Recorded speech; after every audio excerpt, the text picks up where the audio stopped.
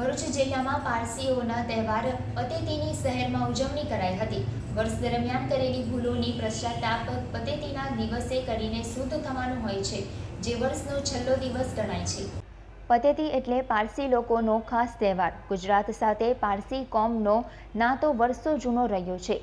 ભારતીય ઉપખંડમાં અને એમાં પણ ખાસ કરીને ગુજરાત રાજ્ય અને મુંબઈ શહેરમાં વસતા પારસીઓમાં પતેતીનો તહેવાર એ વિક્રમ સંવતની દિવાળીની જેમ પારસી વર્ષનો છેલ્લો દિવસ ગણાય છે।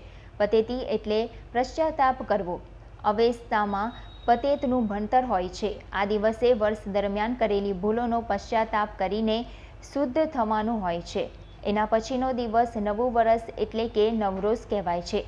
ભરૂચ પારસી સમુદાયના લોકોએ આજે પતેતી પર્વની ઉજવણી કરી હતી। ગુજરાતમાં પારસી લોકો આવ્યાને ઘણા વર્ષો થયા।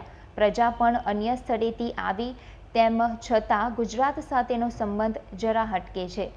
જેમ દૂધમાં સાકર ભળે તેમ આ પ્રજા ગુજરાતના રીતિ રિવાજો, રહેણીકરણી અને સંસ્કૃતિ સાથે એકદમ નજીકની આત્મીયતાથી જોડાઈ ગઈ આજે પતેતીનો તહેવાર મનાવી રહ્યા છે। ત્યારે અસો ઝરથુસ્ટ્રે આશરે ઈસવીસન પૂર્વે 590માં ઝરથોસ્ટ્રી ધર્મની સ્થાપના કરી હતી। ઝરથોસ્ટ્રી ધર્મ માનનારા અને તેના વંશજો પારસી તરીકે ઓળખાય છે।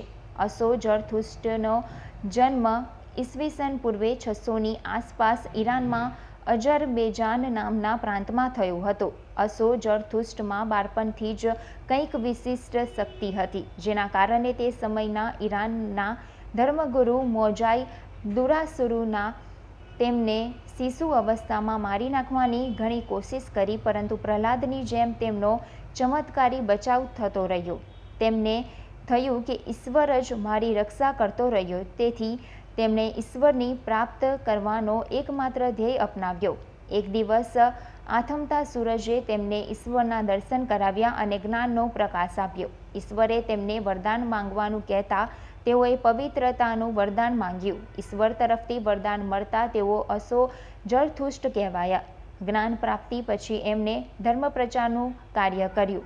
77 વર્ષની વયે જ્યારે તેઓ ઈશ્વરની ઇબાદત કરતા હતા, ત્યારે તુરાની દુરાસરુના સૈનિકે પીઠ પાછળ ઘા કરતા તેઓ મૃત્યુને ભેટ્યા। આ બાજુ ઈરાનમાં વિધર્મીઓના ત્રાસથી ધર્મનું રક્ષણ કરવા આશરે 1350 વર્ષ પહેલાં પારસીઓ ભારતમાં આવ્યા।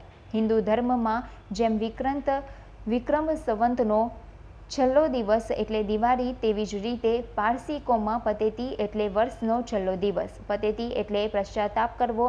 આ દિવસે વર્ષ દરમિયાન કરેલી ભૂલોનું પશ્ચાતાપ કરીને મનને શુદ્ધ કરવું। એ પછીના દિવસે નવું વર્ષ એટલે નવરોઝ, અને આ દિવસે પારસીઓ એકબીજાને નૂતન વર્ષ નવરોઝ મુબારક કહે છે। આજે ઇન્ડિપેન્ડન્સ ડે છે અને સાર્સ પણ છે। આ દિવસે હિન્દુ કોમે તેને અમને જે 7 વર્ષ પહેલાં અમને જમીન આપેલી છે, એનો ઋણ અમે 1130 પારસી ઉતા સંજાન બંદર પર આવેલા, પછી ભરૂચ, અંકિત, બોમ્બે ત્યાં બધાને 30,000 પારસીઓ, પાછા અમે 60,000 પારસી। તો બી અમને સારું લાગે છે, ક્વોલિટીમાં માને છે। મોદીએ અમને જ એક જ કોમને એક IVF કરવા, જે અમારા માટે દર છોકરે સુધી 3,000 રૂપિયા દર, તો બી અમે નરેન્દ્ર મોદીને ઋણ તો ચૂકવીએ છીએ, એના છોકરાનો લાભ લીધો છે।